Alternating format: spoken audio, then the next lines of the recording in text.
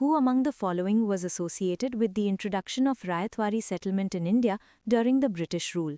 1. Lord Cornwallis. 2. Alexander Reed. 3. Thomas Munro.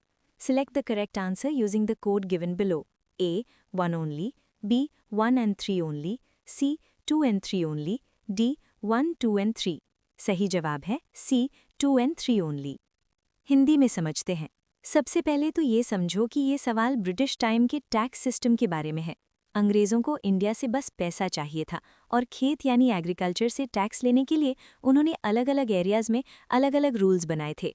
इस question में रायतवारी settlement की बात हो रही है। रायत यानी रैयत का मतलब होता है किसान, फार्मर। तो रैयतवारी सिस्टम का मतलब था एक ऐसा सिस्टम जहां अंग्रेज़ सरकार सीधा किसान से टैक्स लेती थी, बीच में कोई ज़मींदार नहीं होता था। अब हम इन 3 लोगों को देखते हैं जो ऑप्शंस में दिए हैं। सबसे पहला नाम है लॉर्ड कॉर्नवालिस का। कॉर्नवालिस इस लिस्ट में फिट नहीं होता क्योंकि वो परमानेंट सेटलमेंट यानी ज़मींदारी सिस्टम का जनक था। उसने बंगाल में ये रूल बनाया था कि हम किसान से बात नहीं करेंगे, हम ज़मींदार से टैक्स लेंगे और ज़मींदार किसान से लेगा।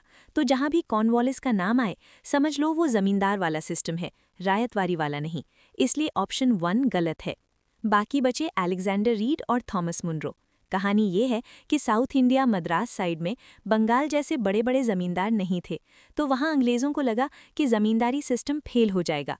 कैप्टन अलेक्जेंडर रीड ने सबसे पहले 1792 में एक छोटे से एरिया बारामहल में ये एक्सपेरिमेंट किया कि चलो गिलेक्ट किसान से टैक्स लेकर देखते हैं। ये एक्सपेरिमेंट सक्सेसफुल रहा। उसके बाद थॉमस मुनरो ने कहा कि ये सिस्टम तो बहुत बढ़िया है और उसने इसे पूरे मद्रास प्रेसिडेंसी में लागू कर दिया। तो सिंपल वर्ड्स में कॉर्नवालिस था ज़मींदारों का दोस्त और रीड और मुनरो थे वो लोग जिन्होंने कहा कि हमें बीच का आदमी नहीं चाहिए, हम सीधा किसान से डील करेंगे।